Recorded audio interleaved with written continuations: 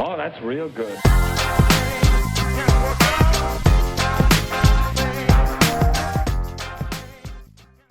Hello everyone, and welcome to our channel Penny Lesson. We talk about everything finance, from tips on making money and proper investing to news about the different economies and situations affecting the global markets. The goal of this channel is not only to teach you how to be more financially responsible but also to teach you how to be more aware of global events. So why not just sit back and relax while we tell you what's happening in the finance sphere? Be sure to subscribe to my channel and hit the notification bell to be constantly updated on my latest videos. Remember, one penny lesson a day keeps being penny less away. Another famous name in investing, Ray Dalio, shows fear in the current state of the global economy. Why is it that there have been more and more investors being afraid? What is there to be scared of? Stick around and find out. One of the things I discovered is that surprises that occurred throughout my lifetime were related to events that occurred in previous lives rather than during mine. I worked as a clerk on the New York Stock Exchange floor in 1971, for instance. Nixon broke the link between gold and the dollar on August 15th.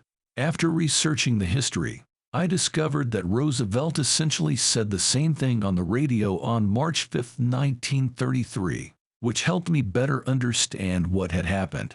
So, over the past few years, I've experienced 3 significant events that should have happened in my life, but didn't, and I've discovered 5 more through research. The first is the volume of debt generation, its monetization, and how it permeates the system. The second is the current level of internal political, social, and economic turmoil. The third is the emergence of a major power to confront the current global order. Back then, the United States dominated the world far more. They controlled 50% of the global economy and 80% of the world's gold. The monopoly on military power due to nuclear and all of that, and the relative fall of it, prompted me to conduct the research I needed to conduct over the preceding 500 years. I was interested in researching the expansion and contraction of currencies, reserve currencies, and their empires. In doing so, I also learned that their natural occurrences had more impact than the first 3. The ability of man to adapt and invent was the greatest, coming in at number 5. Almost anything may be categorized into one of those 5 groups. Because one man's debts are another man's assets. We are currently in a period where there is a supply and demand for debt and credit, and as a result, we are moving toward a stagflation-style atmosphere. In other words, it will be harder to make compromises between the two. The political, though, is the most significant. We are accustomed to existing in a society where economics is dominant. There would be a global economy, and those who could create goods more effectively or inexpensively would win the market, improving their standard of living. There was a worldwide competition that was primarily driven by economic factors, and resources shifted in that direction. There has been a shift to the ideological allocation of resources, as shown, for example, in Elon Musk's purchase of Twitter. It is the conviction that economics must fit into that goal that will have a significant impact. If we examine the situation year by year, we can see that this is the 3rd year of growth and a fairly active monetary policy. As a result, we are currently in the phase of the usual expansion where there are significant inflationary pressures. Because everyone thinks they want things to increase. Naturally, this results in a dynamic where everything increases and the policy is lengthy. Of course, this occurs through the creation of money, credit, and debt. And given that trend, real wealth must be declining. In comparison to real riches, financial wealth has greatly increased. Everyone who owns bonds or other assets, especially debt assets, thinks they can sell their purchasing power and use the proceeds to pay for goods and services, but they can't. There must also be negative real returns relative to purchasing power since it is necessary. Therefore, if we follow the business cycle chronologically, it typically lasts 7 years. Here, things are going more quickly. Thus, everything will alter as we get into a highly constrained setting. When we compare the returns on equity with the health of the companies, we can see that the cost of interest in comparison to the anticipated returns on equity puts pressure on equity. Numerous loans have been taken out at significantly cheaper interest rates, and a company's return on equity in comparison to its return on debt cost is evolving. That is the adaptation's cause. Therefore, that adaptation has just begun. That most resembles the decade of the 1970s, and it develops into financial. Therefore, as the elections for 2022 approach, more political extremism will result from them. Moderates are resigning, and populists are even running.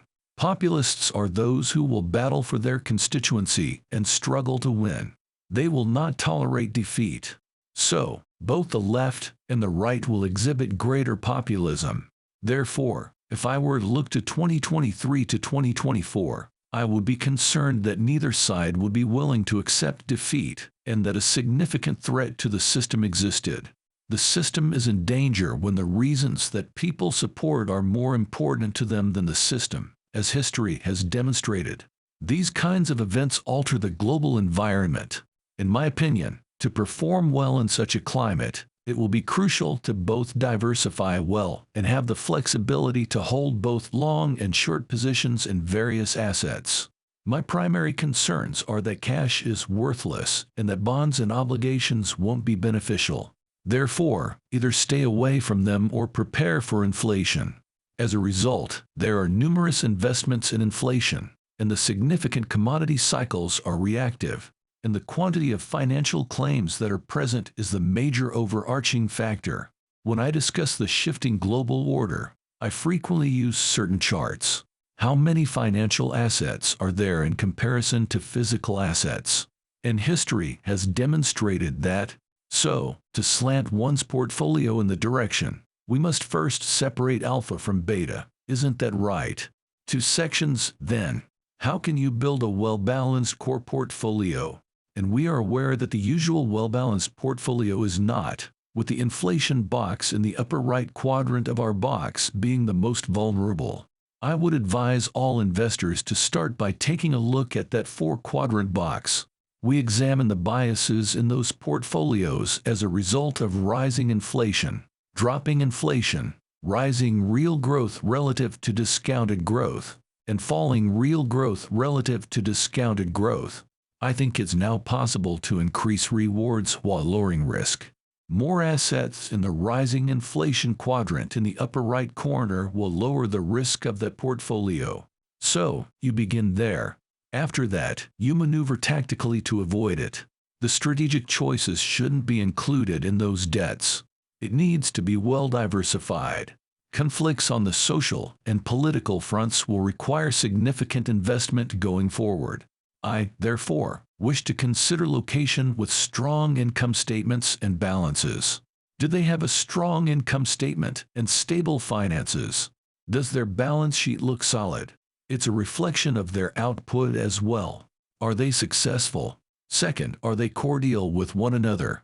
In my opinion, internal strife and poor financial standing will be defining factors in where to invest or even reside. And if I carry that over to the third, am I then at risk of being involved in a war on a global scale? Because numerous threats will result from such international conflict. Therefore, developing Asia is quite fascinating. Take a look at the neutral nations at that time. Beware of capital market restrictions imposed by the government. Beware of foreign exchange restrictions. Be cautious of those things. Therefore, those are the factors that are most crucial while investing. A currency serves as both a store of value and a means of trade, which is its dual function. Additionally, 3 significant fiat currencies are in use today, all of which have similar issues. Therefore, you cannot compare one currency to another. Money is a form of wealth storage that is commonly used in other nations. So consider your wealth reserves. At that point, we work with the quadrant to try to find a balanced wealth holding. The next step is asking yourself, can I transfer it and sell it anywhere? Would I be able to do it with access to free capital markets, or will that be problematic? All currencies will compete as we move into this next phase. Like an insurance policy, gold functions. Gold is a non-investment. It simply stands there. However, it's always through traits that are in short supply. It ranks third among the total reserves held by central banks. It's also the one possession you can have during times of conflict that isn't a liability to anyone else. That implies that you must depend on them for it. Additionally, it is universal, immovable, and tried and true in that sense. But it exhibits very environmental specific behavior. When done as an overlay, it accounts for roughly 15% of the portfolio and doesn't deplete assets from other areas of the portfolio. But I return to my fundamentals, the 4 quadrants. You can be certain that cash won't be the finest asset class of that much. Additionally, a diversified portfolio will perform better than cash. It performs far better than the standard portfolio in downturns, such as when the market drops by about 60%. Capitalism, which depends on those other assets, cannot be allowed to continue by central banks. They therefore enter and generate credit and money, which in turn generates the pop. Well, there you have it. Ray Dalio warns us about the impending doom that is bound to happen soon. What do you think of Peter Dalio's words? Does it make sense? Do you agree? Or maybe not? Let me know your thoughts in the comments below. Wow, was that news? Why not ponder it? Want to know the latest? Comment if you want more articles like this. This video is just one of many videos on my channel that brings you the latest news about the world of global finance and economics. So go hit that subscribe button if you don't miss out on content like these. If you enjoyed this video, please hit the like button. Thank you for all your support, and I'll see you again next time. Remember, 1 penny lesson a day keeps being penny less away. Cheers.